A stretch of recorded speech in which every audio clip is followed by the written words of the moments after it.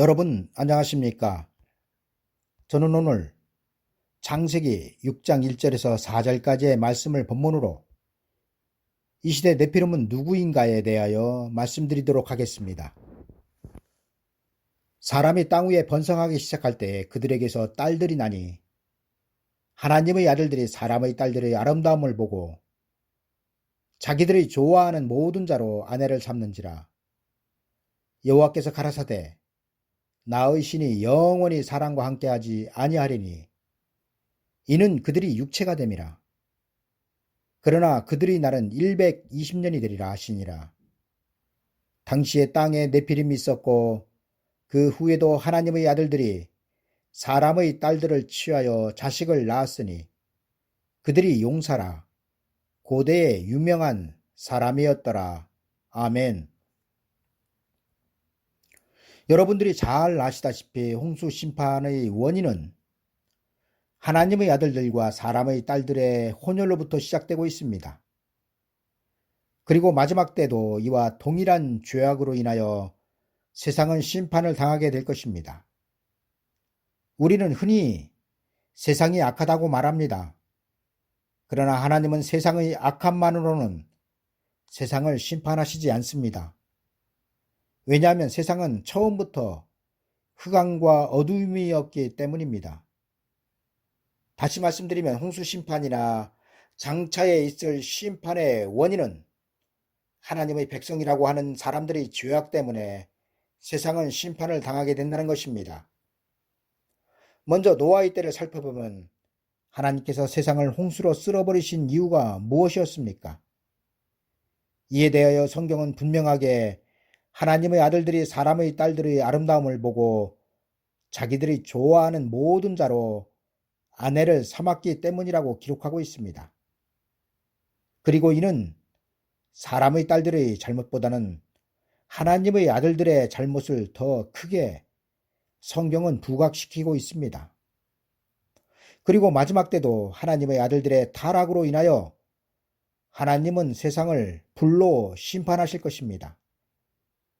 그런데 참 문제가 되는 것이 하나님의 아들들과 사람의 딸들에 대한 해석들입니다.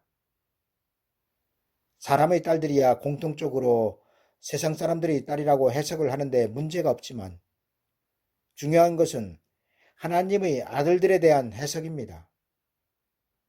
하나님의 아들들에 대한 해석은 신학자마다 다르지만 공통된 해석은 하나님의 아들들은 천사들 또는 당시 하나님의 선택된 백성이었던 셋의 자손들이라는 것입니다.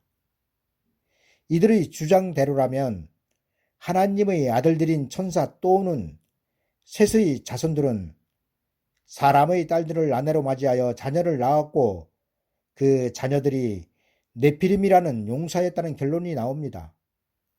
그런데 이런 해석에는 문제가 많이 나타나고 있음을 보게 됩니다.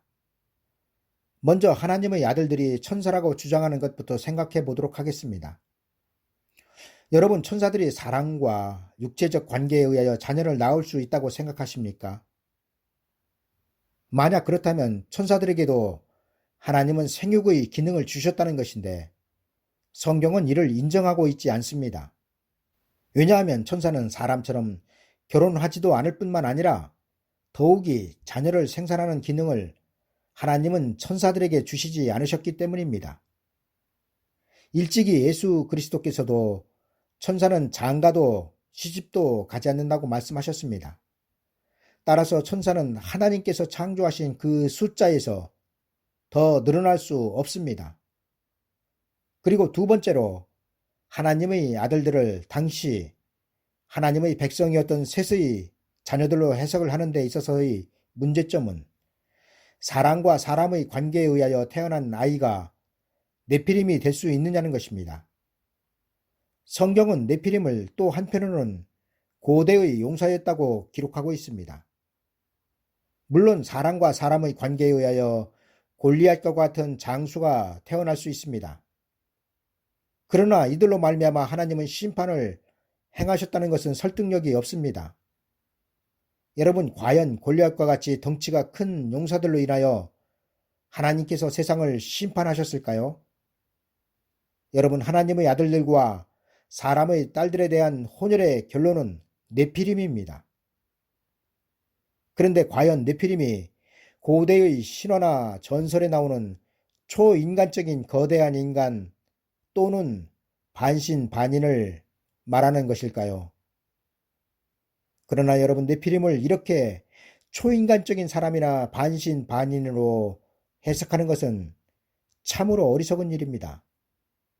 왜냐하면 네피림은 하나님의 백성들의 타락을 비유한 말씀이며 죄의 결과를 말씀하고 있기 때문입니다.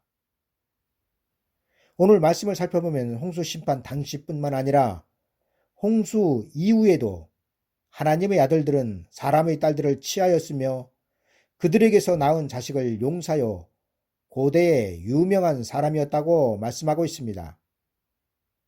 그렇다면 여러분, 오늘날에는 하나님의 아들들이 사람의 딸들을 취하여 자식을 낳는 일이 없을까요?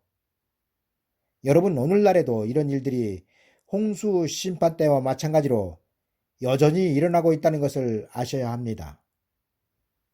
만약 하나님의 아들들을 천사나 당시 셋의 자손들로 해석을 한다면 하나님은 세상을 12번도 더 심판을 하셨을 것입니다.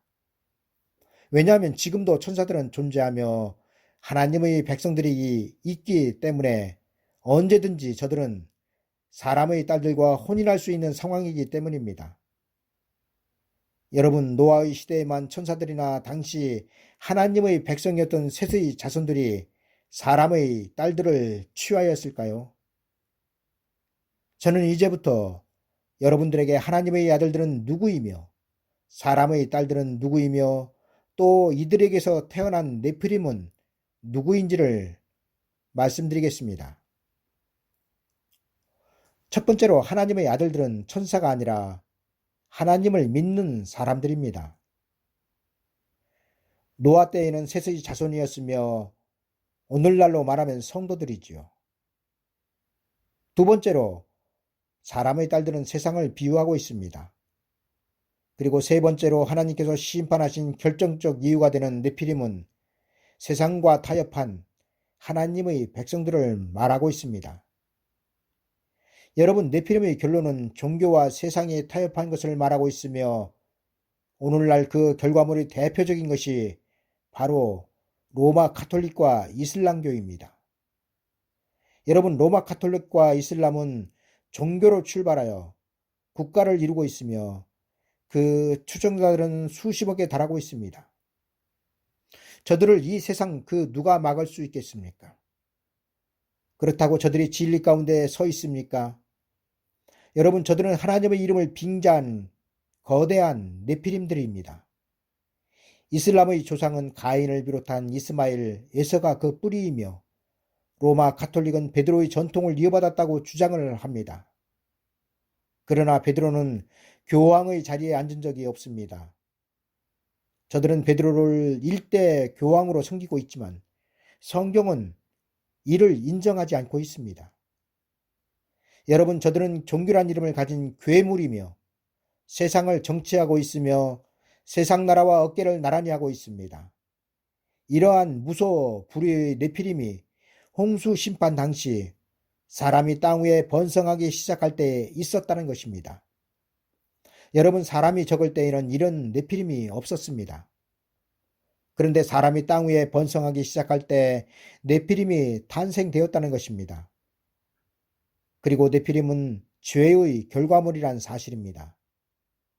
여러분, 하나님의 아들들이 사람의 딸들의 아름다움을 보고 그들에게 반하여 자기들의 아내를 삼았다고 하나님은 저들에게서 떠나셨고 저들은 세상 사람들처럼 육체가 되었으며 심판의 대상이 되었다는 것이 문자적 해석으로 끝날 일입니까?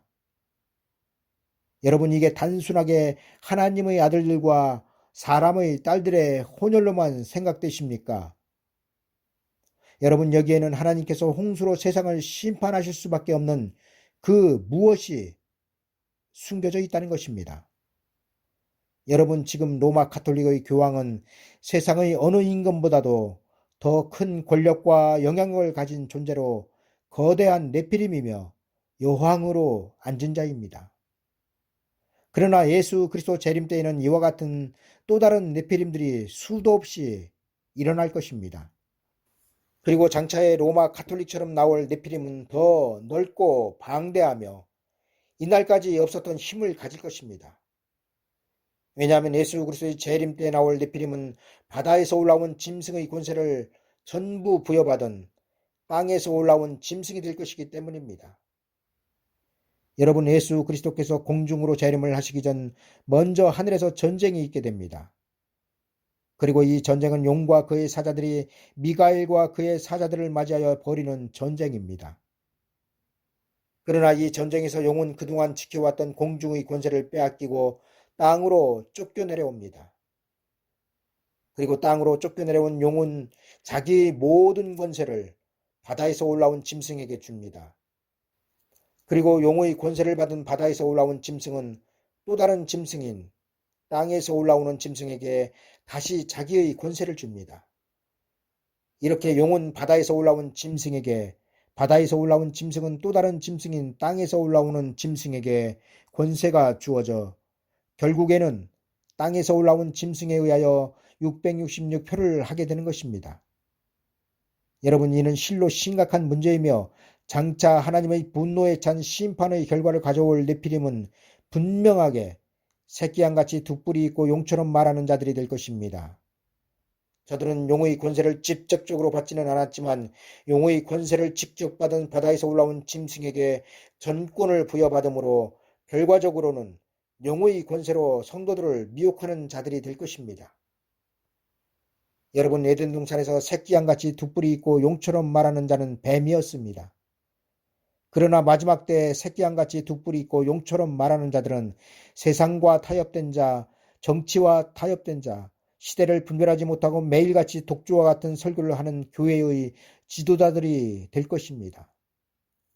그리고 저들의 목소리는 크고 그 세력이 방대하여 마지막 때 구원의 나팔소리가 저들의 목소리에 묻혀 성도들의 귀에 들리지 않을 것입니다. 여러분, 예수 그리스도께서 재림을 하실 때 대부분이 잠을 자고 있는 이유가 하나님의 종으로 선택을 받은 사람들이 깨어있지 못하기 때문입니다. 하나님께서 천사들을 보내셔서 그 택하신 자들을 사방에서 모으실 때 천사들의 나팔소리를 듣지 못하면 구원은 끝나는 것입니다. 그런데 성경은 천사들의 마지막 나팔소리를 듣지 못하는 사람이 대부분이라고 증거하고 있습니다. 그리고 그 이유가 예수 그리스도 재림 때에는 은혜 시대의 교회가 네피림이 되어 있기 때문입니다. 여러분, 예수 그리스도를 믿기만 하면 예수 그리스도의 신부가 되고 공중으로 휴거되고 천년왕국에서 왕이 되고 천국으로 들어가 새 예루살렘 성에서 영원히 살게 된다고 가르치는데 누가 좁은 길, 좁은 문으로 들어가야 구원을 얻는다는 말에 귀를 기울이겠습니까? 여러분, 성경은 마지막 때 하나님께서 큰 구원을 베푸시는데 그 큰 구원을 받기 위해서는 귀가 열려 있어야 한다고 기록하고 있습니다. 그런데 문제는 성경은 또 한편으로 큰 구원의 메시지를 들을 귀가 열려 있는 사람이 극히 적다고 증거하고 있는 것입니다. 그리고 많은 하나님의 백성들이 귀가 있어도 듣지 못하는 이유는 네피림과 같은 큰 용사들이 마지막 때 구원의 진리를 가로막기 때문입니다. 여러분, 구원에 이르지 못할 비진리를 듣는 것은 타협이며 타협은 하나님의 진노를 불러온다는 사실을 알아야 합니다. 이제 말씀을 정리하겠습니다. 홍수 심판 때 네피림은 셋의 자손들의 타락의 결과였습니다. 하나님은 이를 보시고 그들에게 120년의 기간을 주셨습니다. 여러분, 노아가 하나님께로부터 부여받은 110년의 기간은 당시 셋의 자손들이 회개하고 하나님께로 돌아올 기간이었습니다. 그러나 노아가 전하는 진리는 네피림이 된 셋의 자손들의 큰 목소리 앞에 너무나 나약하고 보잘것없었습니다. 이 때문에 그 누구도 노아의 말에 귀를 기울이지 않았으며 방주로 말미암아 구원을 얻은 자가 8명 뿐이었습니다. 여러분, 그렇다면 예수 그리스도의 초림 때는 어떠하였습니까? 예수 그리스도의 초림 때 제사장들이나 서기관 바리새인들은 너무나 큰 용사들이었으며 네피림이었습니다. 여기에 비하여 진리를 전하던 광야의 세례 요한은 너무나 나약하였습니다. 여러분, 저들의 큰 목소리와 그 권위의 세례 요한의 진리가 당시 아브라함의 혈통들에게 들렸겠습니까? 만약 세례 요한이 전파하는 진리가 저들의 귀에 들렸다면 저들은 예수 그리스도를 십자가에 못 박지 않았을 것입니다. 이제 끝으로 예수 그리스도께서 다시 오실 때를 생각해 보겠습니다. 마지막 때가 되면 사람들은 누구의 말도 들으려 하지 않을 것입니다. 하나님의 백성들을 상대로 설교하는 사람들은 자기가 전하는 것만 진리라고 말할 것입니다. 그리고 이들의 이런 논리에 하나님의 백성들은 갇혀버릴 것입니다. 그러나 성경은 하나님의 백성들에게 이런 자들에게서 나오라고 촉구하고 계십니다. 여러분, 은혜시대 교회는 예수 그리스도의 재림 때에는 무너질 것입니다. 왜냐하면 신랑 되신 예수 그리스도를 영접할 진리가 없기 때문입니다. 여러분, 진리가 없는 교회는 장차 귀신의 처소와 같이 되며 각종 더러운 영의 모이는 곳과 각종 더럽고 가증한 새의 모이는 곳이 될 것입니다. 여러분, 무엇이 교회를 이렇게 만드냐면 성경에 의하면 음행의 포도주가 교회를 이렇게 만든다고 기록하고 있습니다. 따라서 음행의 포도주를 먹는 그 자리에서 여러분들은 나와야 삽니다. 여러분, 노아의 때 홍수 심판의 원인이 된 네피림은 셋의 자손들의 죄의 결과였으며 이 죄는 말세에 비하면 세 발의 피가 될 것입니다. 왜냐하면 성경은 마지막 때의 죄악에 대하여 그 죄가 하늘에 사무쳤으며 하나님은 그의 불의한 일을 기억하셨다라고 기록하고 있기 때문입니다. 여러분, 음행의 포도주, 하늘에 사무친 죄, 불의한 일, 이러한 것들은 하나님의 백성을 육체로 만들 것입니다. 여러분, 하나님의 백성들을 맡은 목회자들은 그 맡은 백성들을 하나님의 나라에 들어갈 수 있도록 인도하여야 합니다. 그러나 저들의 무지함은 하나님의 백성들을 청량받지 못하도록 성전 밖마당에 머물게 하고 있습니다. 여러분, 사람의 딸들은 세상의 부와 명예 그리고 권력, 교회의 치리권, 강도권, 목사의 권세 등이 합쳐진 것을 말합니다. 여러분, 구원의 진리와 세상의 정치, 교권이 짬뽕이 되어 힘을 가진 자들은 절대 권력을 가지게 됩니다. 그들만의 성을 쌓게 되지요. 예를 들어 로마 가톨릭의 교황을 세상 사람들까지 얼마나 떠받들고 있습니까? 저들은 세상의 평화를 위하여 존재하는 것처럼 예수 그리스도의 사랑을 실천하는 것처럼 보여지고 있지만 저들은 가짜입니다. 그런데 개신교회에도 로마 가톨릭 교황 못지않는 네피림들이 많다는 것입니다.